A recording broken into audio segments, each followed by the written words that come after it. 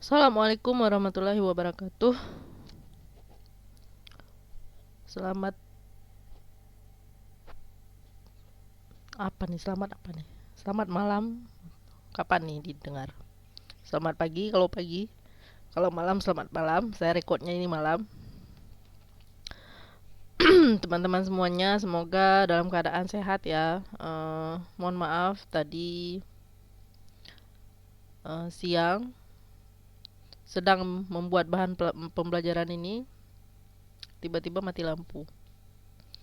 Jadi berpikir untuk ya sambil menunggu hidup lampu kembali, saya tidur. Ternyata ketiduran sampai sore. Uh, Oke, hari ini kita akan bicara mengenai pengaruh budaya dan agama pada kesehatan mental. Ini materi pertemuan 3 kita ya. Oke, jadi ini ada beberapa bagian ya. Yang pertama dibahas dulu pengantar. Jadi dulu psikolog dan profesional kesehatan mental itu menganggap bahwa agama ini sama sekali nggak penting dalam pekerjaan mereka. Ini bukan sesuatu yang perlu dipertimbangkan. Agama dianggap sebagai bentuk yang tidak rasional, ketinggalan zaman, dan menyebabkan terjadinya ketergantungan gitu. Orang nggak mandiri gitu. Dan kemudian mengakibatkan adanya ketidakstabilan emosi. Ya, agama juga disebut sebagai neurosis obsesif universal. Ini Freud yang ngomong kayak gini. Dan juga merupakan tabu psikiatri. Ya, pokoknya agama itu sesuatu yang sangat tabu di dalam bidang psikologi, psikiatri, itu sangat tabu. Namun dua dekade belakangan ini masalah agama atau spiritualitas itu sudah masuk ke dalam DSM-4. Ya, buku DSM itu. Dan dia termasuk ke dalam di bawah kategori diagnostik baru. Nah, kenapa hal ini dilakukan? Dia sampai masuk ke DSM. Itu untuk mengundang para profesional untuk menghormati keyakinan dan ritual pasien. Jadi karena pasien ini datang, kalau kita klien ya, konseli, datang dari keyakinan agama yang berbeda, budaya yang berbeda, jadi mereka punya keyakinan dan ritual masing-masing yang para profesional dalam bidang kesehatan mental ini harus menghormati. Kemudian sejak dua dekade belakangan ini, sejak itu muncullah berbagai penelitian yang lebih sistematis mengenai agama, spiritualitas, dan kesehatan mental. Nah, hasil-hasil penelitian itu menemukan bahwa ternyata keterlibatan agama itu kondusif bagi kesehatan mental. Terus ada juga yang menemukan bahwa orang yang lebih religius atau lebih spiritual memiliki kesehatan mental yang lebih baik dan lebih cepat beradaptasi dengan masalah kesehatan. Jadi, kalau orang tuh sakit, dia punya kesehatan mental yang baik karena lebih religius ya, maka akan lebih cepat sembuhnya. Terus ada juga ditemukan adanya hubungan antara keyakinan beragama. Kalau keyakinan agamanya tinggi, maka depresi itu akan menurun. Terus juga ditemukan bahwa karena adanya keyakinan beragama ini, ada kecemasan, risiko bunuh diri, dan gangguan psikotik itu berkurang. Oke, jadi konselor itu harus apa? Konselor itu harus menyadari bahwa kepercayaan agama dan budaya pribadi itu mempengaruhi klien, ya. Bahwa klien datang dengan memiliki kepercayaan agama dan nilai-nilai pribadi, nilai-nilai budaya pribadi.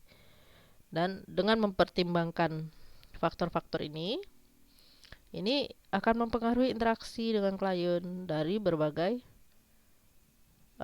budaya yang berbeda. Jadi, kurangnya pemahaman ini akan berdampak signifikan pada proses konseling. Dampaknya apa aja?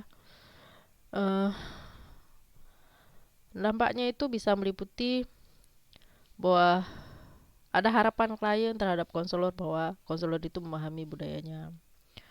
Kemudian nanti juga akan berdampak pada ekspresi gejala. Kalau kita nggak paham budaya, nggak paham kepercayaan, maka ekspresi gejala yang dikemukakan oleh si klien kita tidak akan bisa pahami. Kemudian itu akan mempengaruhi bagaimana peran dan hubungan keluarga yang terjadi pada diri klien. Yang kalau kita tidak paham budaya dan agama, mungkin sulit untuk memahami. Kemudian juga ada peran gender. Itu berbeda, pada budaya dan agama itu berbeda. Terus juga ada sikap terhadap seks dan pernikahan. Ya, ini terutama di barat berdampak. Kalau di kita mungkin ada lebih banyak hal yang lain yang akan berdampak. Ini dibahas yang umum-umum aja.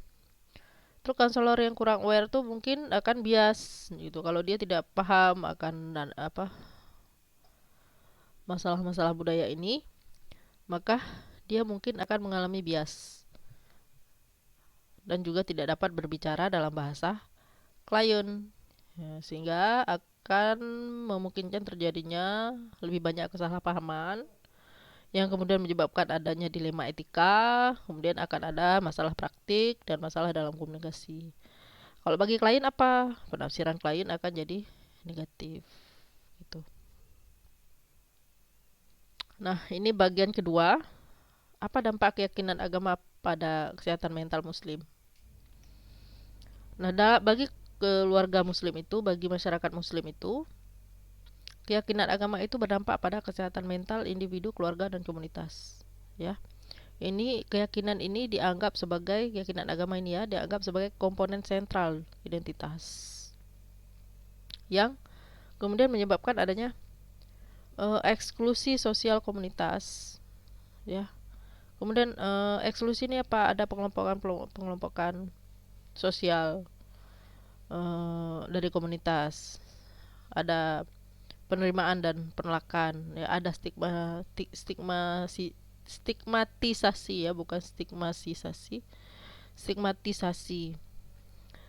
orang yang ada dalam budaya-budaya tertentu. Orang itu tidak menyukai yang namanya kesehatan mental. Orang yang mengalami gangguan kesehatan mental itu tidak disukai. Jadi sering terjadi eksklusi sosial komunitas bila ada individu atau keluarga yang mengalami atau berhubungan dengan individu yang mengalami gangguan kesehatan mental. Jadi dipisah. Ini dalam beberapa kelompok sosial ya. Kemudian terjadi juga ada stigmatisasi. Apa stigmatisasi ini? Jadi kalau orang mengalami misalnya ya, contoh kalau orang bunuh diri nanti ada stigma dia. Oh ini kalau di kita nggak percaya sama Tuhan. Nah, jadi atau yang lain banyak stigma yang lain sehingga menghambat orang untuk mencari bantuan. Ya, jadi klien yang punya masalah gangguan kesehatan mental itu bisa jadi tidak teridentifikasi atau terlambat datang untuk mencari pertolongan karena ada stigma tadi. Masyarakat nggak senang, masyarakat ingin memisahkan, masyarakat menganggap jelek, masyarakat tidak suka pada orang-orang yang mengalami gejala-gejala gangguan mental, ya, sehingga adanya tadi eksklusivitas, adanya stigmatisasi ini menyebabkan orang yang mengalami gangguan mental itu tidak teridentifikasi, sulit untuk teridentifikasi dan sehingga bisa terlambat untuk mendapatkan pertolongan. Nah, apa saja sih masalah kesehatan mental yang diteliti terjadi pada orang-orang muslim?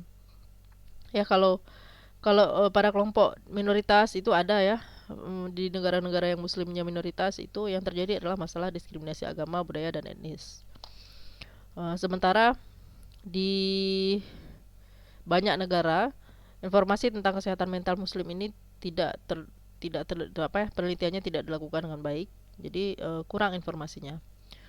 Ya, dari informasi yang ada diperoleh bahwa skizofrenia pada muslim itu sama aja dengan non muslim. Tapi yang lebih tinggi yang terjadi pada orang muslim itu adalah PTSD, depresi, dan stres. Dan juga dilaporkan bahwa tingkat depresi wanita itu lebih tinggi daripada pria. Kemudian angka bunuh diri rendah. Kenapa angka bunuh diri rendah? Karena ada stigma tadi. Tapi ide dan upaya bunuh diri itu tinggi, ada banyak. Terutama pada perempuan muda yang mengalami konflik antar generasi. Terus masalah-masalah kesehatan mental tadi, seperti yang sudah tadi saya jelaskan, itu kurang laporannya. Jadi memang ini yang diungkapkan adalah yang tersedia. Sementara menurut para ahli ini banyak masalah kesehatan mental lain yang tidak terungkap karena banyak hal. Apakah penelitiannya kurang baik, atau stigma tadi, dan eksklusivitas, pengeluaran dari masyarakat tadi, eksklusivitas. Oke. Nah, di Inggris itu yang dilaporkan itu kecemasan dan depresi, ADHD, dan gangguan perilaku nyata lainnya. Terus ada penyalahgunaan zat, ada alkoholisme dan perjudian, terus masalah terkait identitas, hubungan dan masalah psikoseksual. Terus juga ada kekerasan dalam rumah tangga, baik perbuatan maupun pengalaman, dan perilaku delusi agama. Sementara kalau di Amerika Serikat itu yang diterima laporan-laporannya adalah cemas dan takut akan kejahatan kebencian, stigmatisasi, dan tingginya angka PTSD pasca 9/11. Terus ada juga di banyak budaya itu ada sindrom terkait budaya namanya. Apa sindrom terkait budaya ini? Sindrom terkait budaya adalah gabungan gejala psikiatri dan somatik atau tubuh ya. Gejala psikologis dan somatik, atau sering juga kita sebut dengan psikosomatik, yang diidentifikasi hanya dalam masyarakat atau budaya tertentu. Ini disebut sindrom terkait budaya. Penjelasan lain menyatakan bahwa sindrom terkait budaya inilah cara lokal untuk menjelaskan berbagai macam kemalangan. Dalam budaya-budaya tertentu ini maksudnya ya, cara untuk menjelaskan terjadinya hal-hal kemalangan apapun itu ada sindrom. Misalnya kalau di sini dijelaskan itu Ain. Nah, banyak masyarakat itu yang menganggap Ain ini bukan begitu cara menjelaskannya. Ain adalah termasuk dalam sindrom terkait budaya karena dia secara psikologis itu dijelaskan dengan cara yang lain. Tapi dalam masyarakat tertentu, terutama dalam masyarakat muslim, itu dijelaskan sebagai Ain dia. Misalnya orang terkena kemalangan tertentu disebabkan oleh Ain. Kalau di masyarakat yang lain itu bisa disebabkan oleh yang lain, ya. Cara menjelaskan sebabnya itu pada masyarakat yang lain disebut dengan sebab lain, tapi dalam masyarakat muslim disebut dengan Ain. Nanti Ain itu kita akan bicara lebih jauh apa sih Ainnya. Kalau di dalam masyarakat Timur Tengah itu istilahnya zar, ya. Kemudian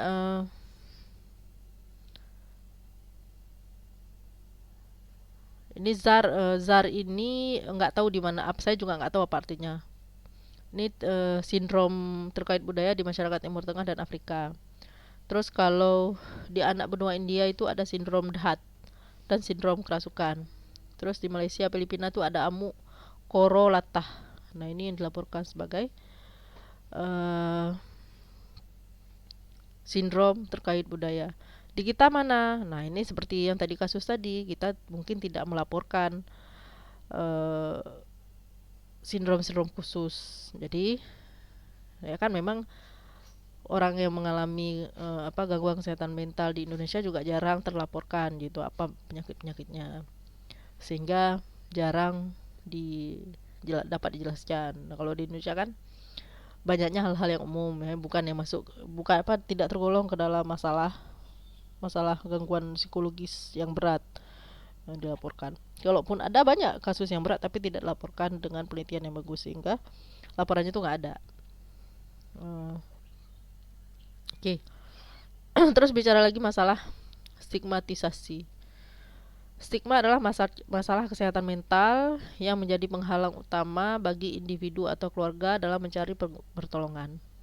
Ya, gara-gara adanya stigma ini, keluarga atau individu itu terhalang untuk mencari pertolongan. Nah, literatur membedakan ada dua jenis stigma, yaitu menghindari label dan stigma publik. Menghindari label itu apa? Individu memilih untuk tidak mencari bantuan atau untuk masalah kesehatan mental untuk menghindari pelabelan negatif. Jadi orang nggak mau nyari bantuan karena takut ada label yang diberikan. Misalnya itu yang menyebabkan banyak orang-orang yang mengalami gangguan itu di rumahnya dirantai sering ya. Walaupun sekarang itu sudah jarang dipasung. Kalau dulu banyak sekali dipasung, dirantai rumah karena menghindari stigma.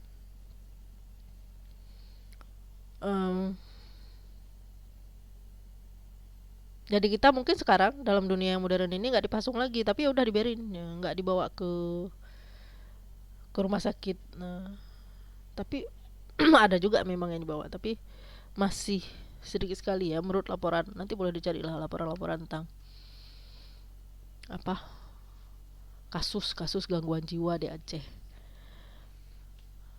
Berapa banyak yang dilaporkan, berapa banyak perkiraan yang tidak dilaporkan. Kemudian ada lagi stigma publik.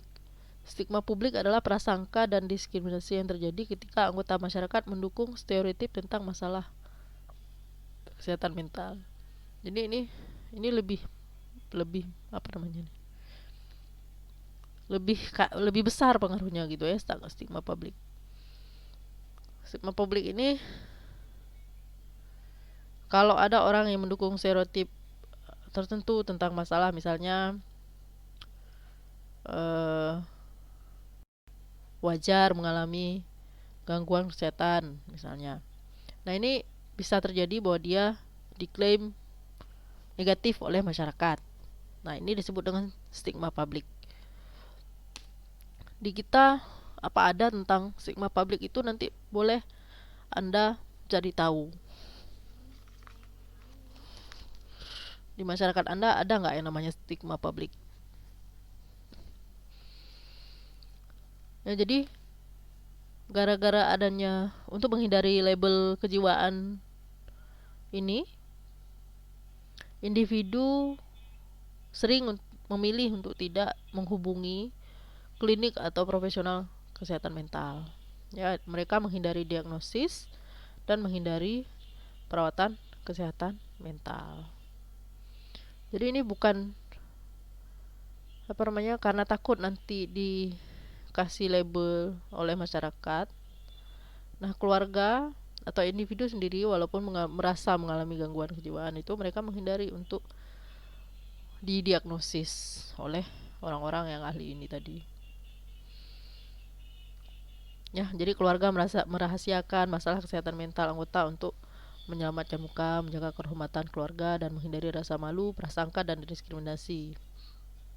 Kalau di Oman ini dilaporkan bahwa ada stereotip umum tentang orang yang mengalami kesehatan mental, sehingga fasilitas rumah sakit misalnya yang berhubungan dengan kesehatan mental itu harus dipisah dengan masyarakat. Kemudian juga wanita muslim mungkin menghindari berbagi kesusahan pribadi gitu ya, dan mencari bantuan dari konselor karena takut konsekuensi negatif sehubungan dengan prospek perkawinan atau pernikahan mereka saat ini.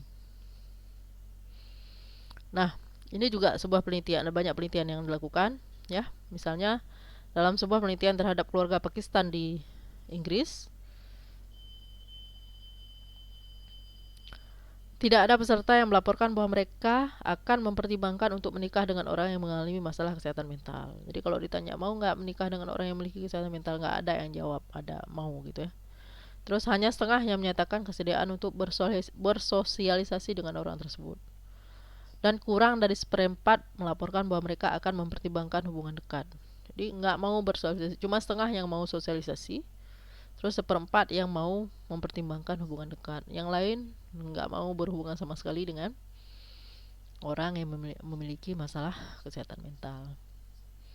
Jadi stigmatisasi ini ditemukan menjadi penghalang paling signifikan untuk mengakses layanan kesehatan mental karena rasa malu mengungkapkan masalah pribadi dan keluarga kepada orang luar. Oke. Ya, jadi ini memang masih hal yang tadi bahwa stigma hipnotisasi ini merupakan cara paling signifikan untuk menghalangi pencarian perawatan.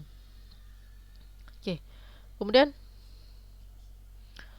bagian selanjutnya adalah pemahaman muslim mengenai masalah kesehatan mental. Oke, orang muslim itu menganggap bahwa kesehatan mental itu, ya, masalah-masalah kesehatan mental yang terjadi pada individu itu terjadi karena beberapa sebab.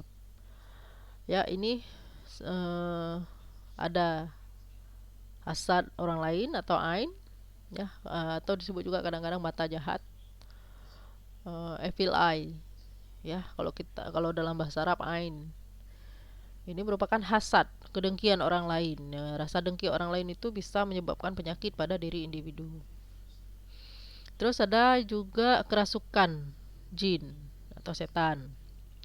Terus juga ada yang disebut sebagai disebabkan oleh sihir. Ada yang menganggap disebabkan oleh sihir.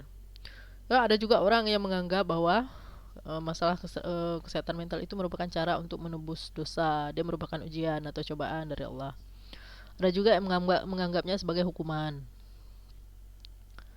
Ya.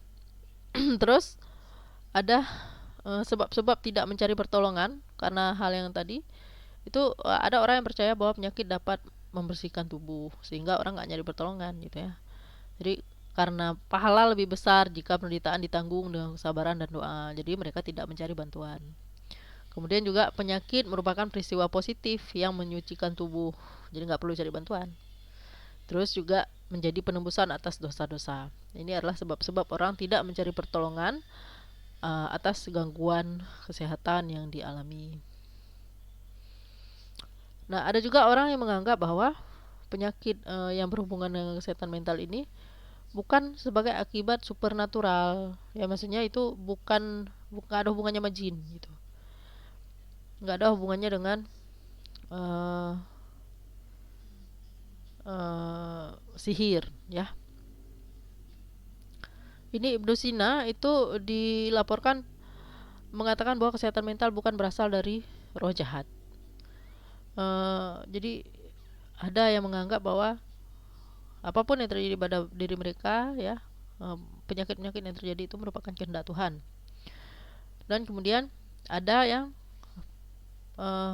percaya bahwa ini adalah takdir, ya, iman pada qadar, ya, yang kemudian karena iman pada qadar mereka menerima secara positif apa yang Allah kehendaki, bahwa yang sakit ya memang diterima sebagai kehendak. Ya, nah ini biasanya itu tingkat optimismenya sembuhnya itu tinggi karena karena memang ini adalah kehendak Tuhan. Terus studi-studi tentang persepsi penyakit jiwa yang dilakukan oleh Abu Ras dan Abu Badar ini 90% orang setuju bahwa tekanan hidup itu merupakan ujian keimanan. 84% percaya bahwa orang sakit jiwa itu karena kerasukan setan. Jadi ada beda-bedanya ya dalam masyarakat itu. Lebih banyak yang percaya bahwa masalah terjadi karena ujian keimanan. Lebih sedikit yang percaya bahwa orang yang sakit jiwa itu termasuk karena kerasukan jin.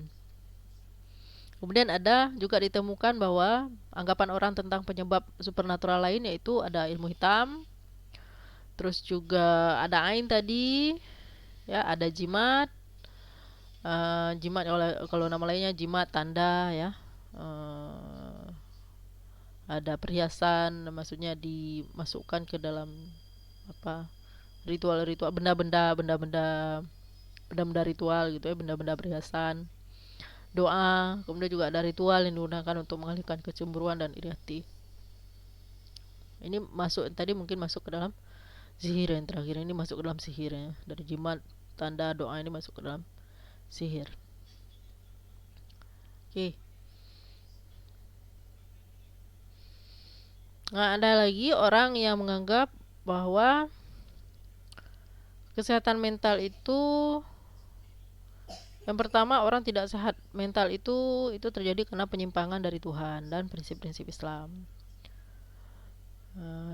Orang ada yang menganggap bahwa kesehatan mental itu bukan karena nggak adanya kelainan psikologis, tetapi orang akan sehat mental kalau berhasil menyatukan permasalahan kehidupan sehari-hari dengan panduan-panduan Islam, ya, persyaratan-persyaratan dalam Islam. Terus peneliti juga menemukan bahwa agama dan keyakinan beragama itu sangat penting dalam cara orang Islam menafsirkan penyebab dan perkembangan masalah kesehatan mental mereka. Ya, walaupun orang Muslim ini kan beda-beda ya, tingkat keyakinan agamanya kan beda-beda. Nah, perbedaan dalam agama dan keyakinan agama ini itu akan menentukan cara mereka untuk menafsirkan penyebab dan perkembangan dari masalah kesehatan mental mereka.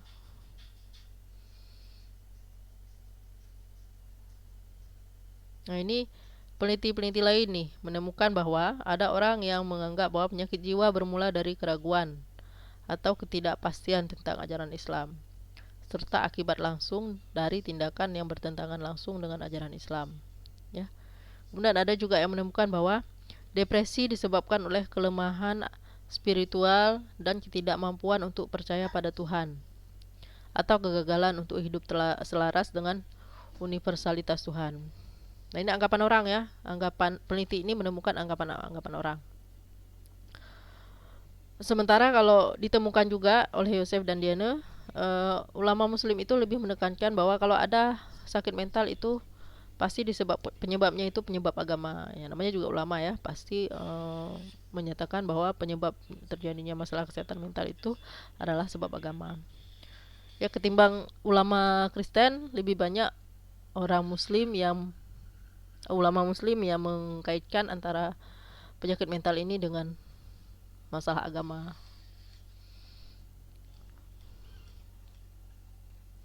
Ini juga kalau ini dihubungkan dengan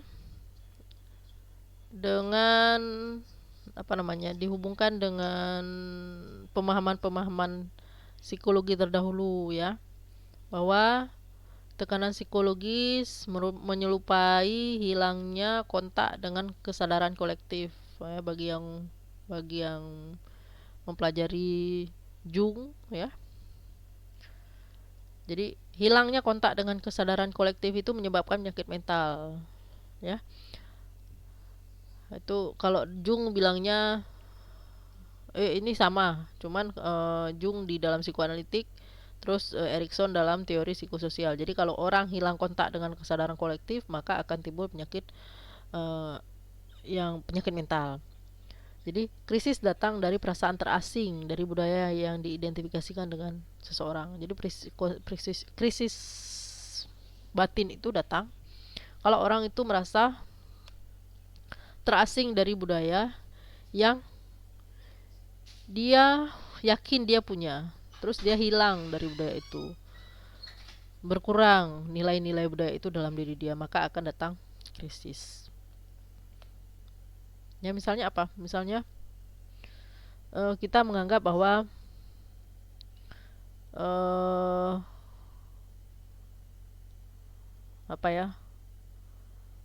menghormati orang tua itu penting misalnya. Nah, terus kalau kita dalam suatu keadaan, suatu waktu itu tidak ada mengalami masalah, kita tidak bisa menghormati orang tua, maka itu kita mengalami krisis di sana, karena biasanya kita menghormati orang tua gitu. Kesadaran kolektif kita orang tua harus dihormati, tapi ada krisis yang terjadi sehingga kita nggak bisa melakukan itu. Nah, itu menjadi lawan dalam batin kita. Saya harus menghormati, tapi saya nggak bisa menghormati, ada masalah apa gitu. Nah, ya, jadi kalau dikaitkan dengan ketuhanan, masalah kesehatan mental itu dilihat sebagai kesempatan untuk memperbaiki keterputusan dari Allah atau kurangnya iman melalui doa yang teratur dan rasa tanggung jawab diri.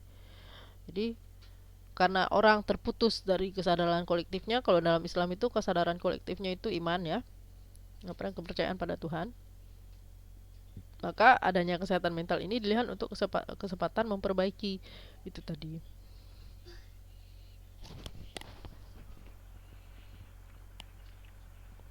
Terus ini juga ditemukan hasil penelitian orang lain yang orang muslim menganggap bahwa kesehatan mental itu datang dari keyakinan tanpa celah kepada Allah sebagai pencipta dan pelaku tertinggi. Ya, bahwa kalau kita udah yakin bahwa Allah itu adalah pencipta dan pelaku tertinggi, maka apapun yang terjadi pada diri kita udah nggak ada masalah lagi. Nah, itu adalah asal kesehatan mental. Terus dalam Al-Quran juga disebutkan bahwa orang akan sehat mentalnya apabila mengerjakan kebajikan. Kebajikan itu misalnya ibadah, terus memerintahkan melakukan hal yang baik, menghindari yang dilarang, berbuat baik pada orang lain, mengikuti aturan Islam tentang pakaian, makanan, kebersihan, hubungan, niat baik, dan keinginan untuk mencari pengetahuan tentang diri dan pengetahuan tentang Tuhan. Ini disuruh dalam Al-Quran. Jadi kalau kita melakukan hal ini, maka dipercayai, ya, orang-orang mempercayai ada juga yang tidak, ya, akan mengalami kesehatan mental. Nah, ini kata Al-Quran. Ada orang yang percaya, ada yang tidak. Terus ada juga yang berpendapat bahwa orang yang berpegang pada prinsip dan praktik keimanan Islam itu akan mengalami penyesuaian psikologis dan kesehatan mental yang lebih baik. Terus orang mempelajari Al-Quran dan melakukan salat 5 waktu dapat dilihat sebagai media untuk meditasi, profilaksis, melawan stres, dan cara untuk mempromosikan kematangan psikologis dan spiritual. Oke. Jadi maksud dua hal ini adalah bahwa ini memang kalau kita diskusikan kan memang iya kayak gitu. Mungkin ada pertanyaan dari Anda. Kan memang iya begitu. Ya betul, memang seperti itu. Tapi tidak semua orang punya keyakinan ini tidak semua orang punya keyakinan ini. Jadi hanya sebagian orang yang dilaporkan punya keyakinan seperti yang sudah kita bahas dari tadi, bahwa kalau melakukan hal yang baik akan sehat mental. Benar atau tidak? Nah, sebenarnya ya kalau kita pegang pada aturan benar, tapi yang kita bahas sekarang bukan masalah benar atau tidak benar, tetapi bahwa ini adalah anggapan dari orang-orang muslim yang mungkin menjadi klien Anda. Nah, Anda sebagai klien harus apa? Nah, itu harus dipelajari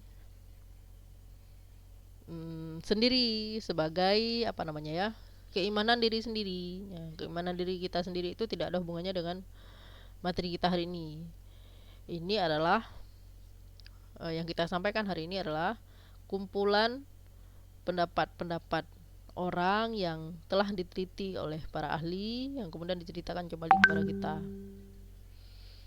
Bagaimana anggapan orang muslim di seluruh dunia mengenai apa itu kesehatan mental.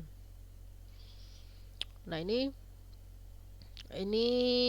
poin yang terakhir ini untuk menjelaskan kepada orang yang tidak memahami Islam bahwa orang-orang yang punya masalah kesehatan mental itu di dalam Al-Quran itu wajib untuk dijaga oleh wali, ya.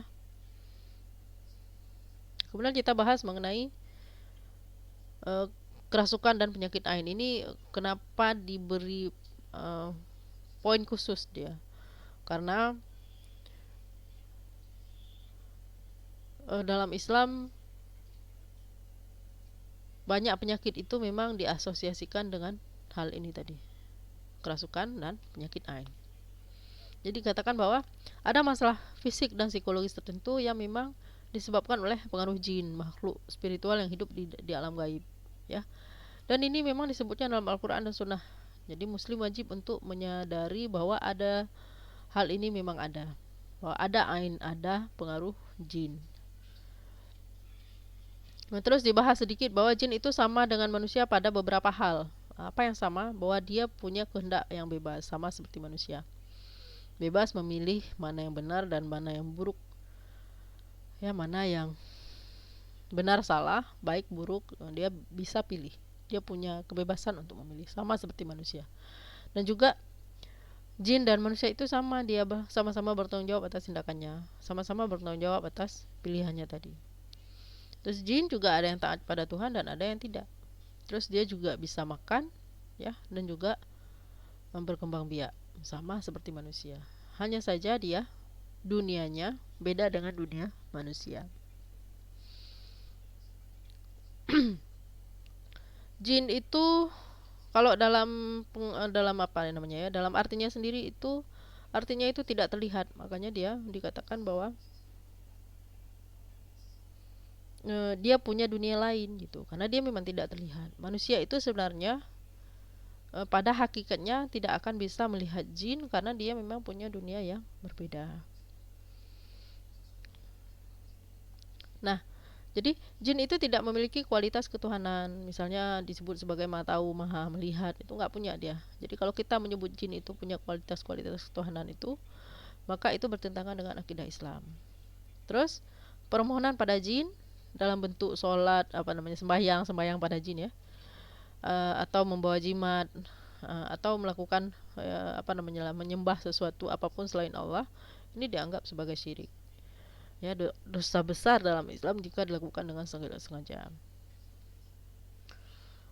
Nah, dari berbagai laporan yang ditemukan mengenai kerasukan jin, itu dilaporkan bahwa orang yang mengalami kerasukan jin itu biasanya dapat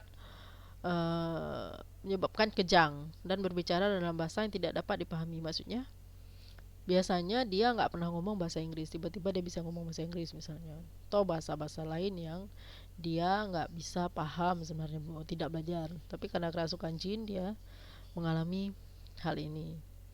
Terus juga orang yang kerasukan jin itu menunjukkan gejala-gejala, misalnya tampaknya menderita ketakutan yang hebat, gangguan psikologis, misal depresi, kecemasan. Terus ada juga penyakit fisik, ada juga halusinasi, yang kemudian juga ada menimbulkan permusuhan antar individu, pasangan, teman, dan lain-lain. Juga ada masalah seksual dan menyebabkan kerusakan pada harta benda. Oke.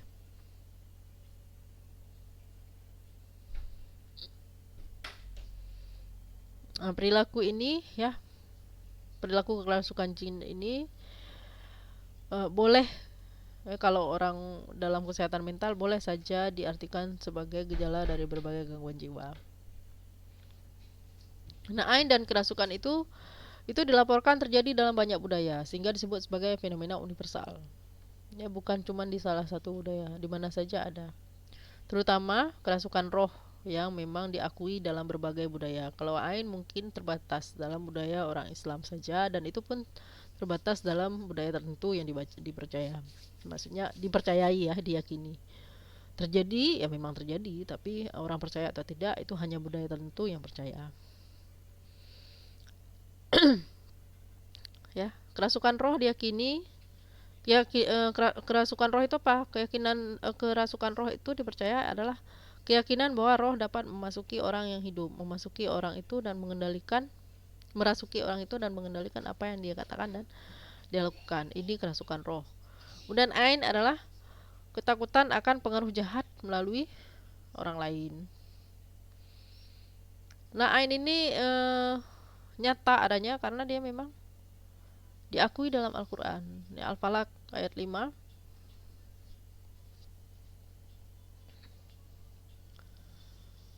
Wa min syarri ghasikin idza waqab. Ya. Dari kejahatan pendengki apabila dia dengki. Rasulullah juga mengatakan bahwa pengaruh ain ini adalah fakta ya. Jika sesuatu mendahului takdir, nah itu adalah pengaruh ain ya. Yang bisa melalui takdir itu adalah ain. Jadi makanya kalau ain ini, ada orang yang misalnya hati-hati ya kalau Anda ya penyuka media sosial, nanti kalau orang iri. Nah, orang iri itu bisa menyebabkan terjadinya penyakit pada diri kita. Jadi hati-hati mengupload foto diri, foto anak, itu menyebarkan kegembiraan pada anak. Kita nggak bermaksud jahat, kita nggak bermaksud pamer, tapi orang dengki. Nah, orang dengki itu walaupun dia tidak melakukan sesuatu, dengki dari hatinya itu bisa kena penyakit di kita. Bayangkan kalau Anda punya penggemar yang luar biasa banyak misalnya, atau follower yang banyak sekali. Jadi sebagai orang Islam, kita harus yakin bahwa ini ada, ya, ain ini ada. Jadi orang bisa sakit karena ain orang lain, bukan karena kita memang sakit sendiri. Rasul sendiri bilang bahwa ain itu fakta. Kalau ada sesuatu yang dapat mendahului takdir, itulah ain, katanya. Jadi ain itu lebih cepat daripada takdir. Gimana tuh? Ya, jadi hati-hati. Terus kemudian ada sihir.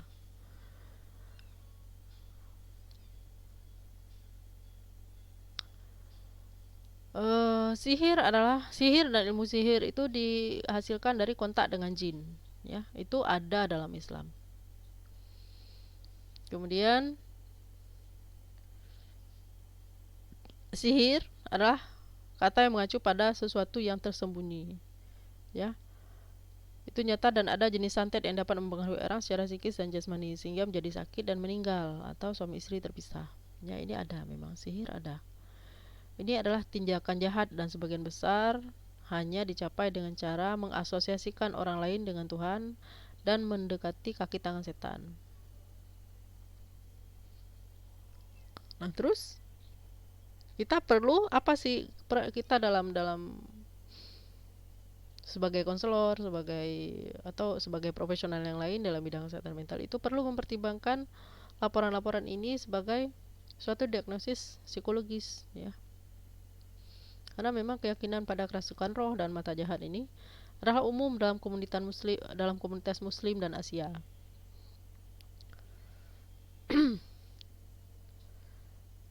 Oke, jadi ketika orang barat itu ini ditujukan kepada orang barat, kalimat ini, ya, kalimat terutama ketika mempertimbangkan diagnosis barat tentang depresi dan penyakit psikologis.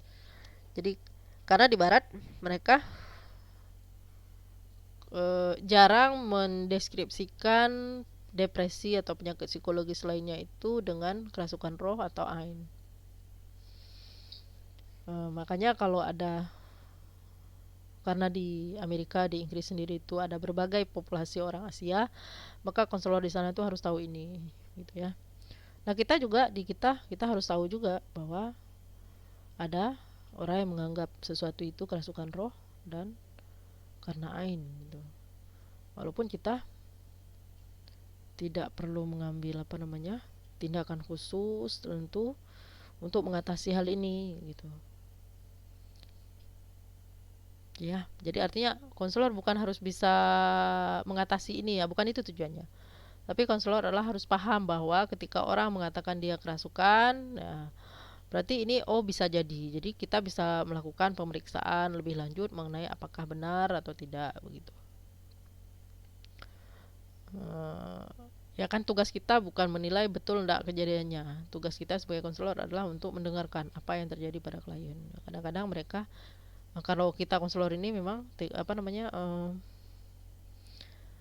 peran kita dalam penyembuhan klien kan memang peran yang sangat kecil, bukan sampai mengobati mereka. Ya, batas kita hanya mendengarkan.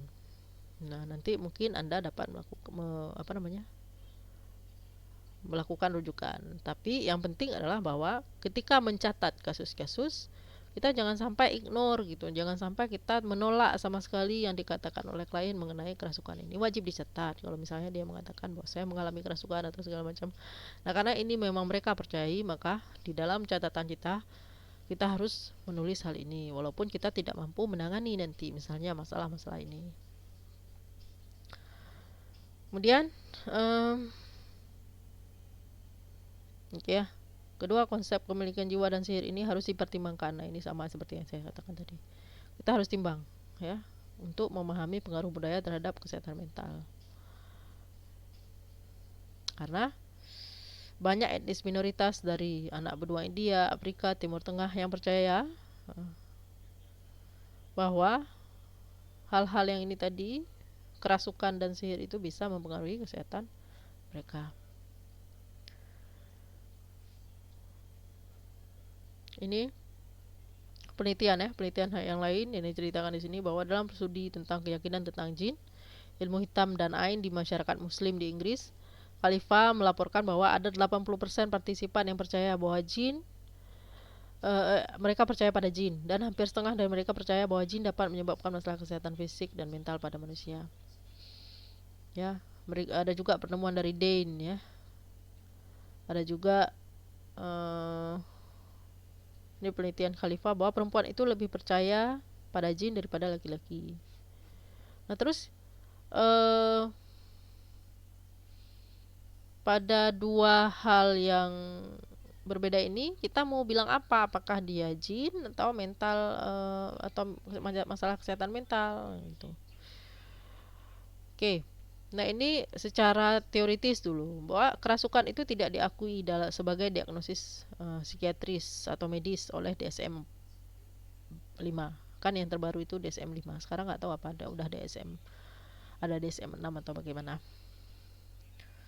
Ya, kerasukan tidak diakui sebagai diagnosis psikiatris. Di DSM enggak, di ICD tidak. Tetapi gangguan kerasukan, gangguan disosiatif dan sindrom yang terikat dengan budaya itu termasuk dalam DSM-5. Gangguannya, mereka nggak percaya bahwa itu kerasukan, tapi orang yang mengalami gangguan itu dicatat bahwa bisa jadi dia mengalami gangguan kerasukan, tapi mereka tidak mengakui itu kerasukan. Gangguan kerasukan diakui dalam DSM-5. Dalam ICD-10, gangguan kesurupan diklasifikasikan dalam gangguan disosiatif. Ya, gangguan di mana untuk sementara hilang kesadaran akan rasa identitas pribadi dan kesadaran penuh terhadap lingkungan.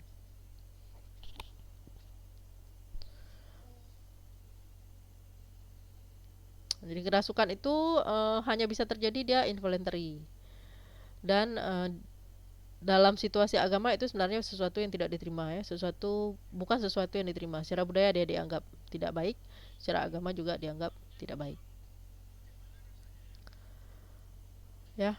Tapi kerasukan itu nggak sama dengan yang gangguan psikotik, gangguan afektif, gangguan kepribadian organik, sindrom pasca gegar otak, keracunan zat psikoaktif, itu nggak sama. Jadi kerasukan dia nggak sama dengan hal yang lain.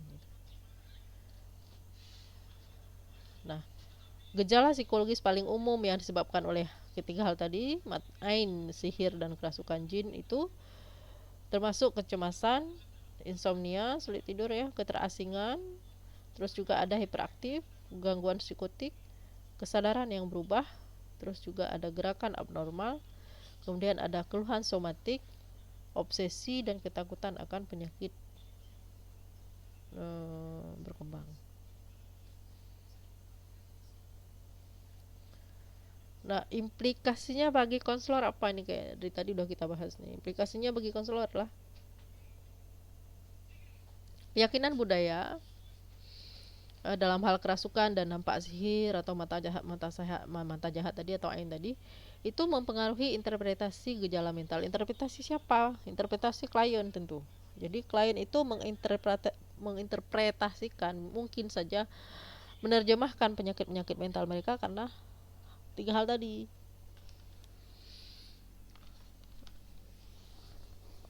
Terus Muslim yang terutama yang berasal dari budaya yang lebih tradisional itu dapat dengan cepat menghubungkan penyakit mental dengan kerasukan jin, karena ada lebih sedikit stigma dikaitkan dengan kerasukan jin dibandingkan dengan masalah kesehatan mental. Kita kalau misalnya dibilang gila, itu lebih banyak stigmanya gitu daripada kerasukan jin. Oh, kerasukan jin itu lebih diterima gitu daripada hanya masalah kesehatan mental. Jadi orang lebih suka mengait-ngaitkan kalau ada masalah kesehatan mental disebut sebagai kerasukan jin, ketimbang menyatakannya bahwa itu memang masalah kesehatan mental.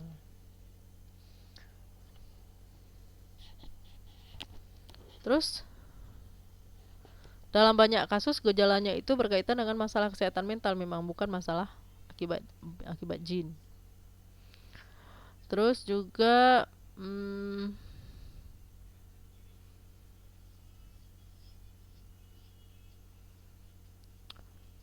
ada laporan yang menyatakan bahwa klien yang mengaitkan gejala masalah kesehatan mental dengan kerasukan jin itu memiliki pencapaian pendidikan yang rendah. Jadi orang yang pendidikannya lebih rendah itu lebih mengaitkan masalah kesehatan mental itu dengan jin, dengan kerasukan jin. Kemudian juga orang yang latar belakang sosial ekonominya rendah atau memiliki latar belakang fisik atau mental yang mendasari masalah kesehatan ya maksudnya. Oke.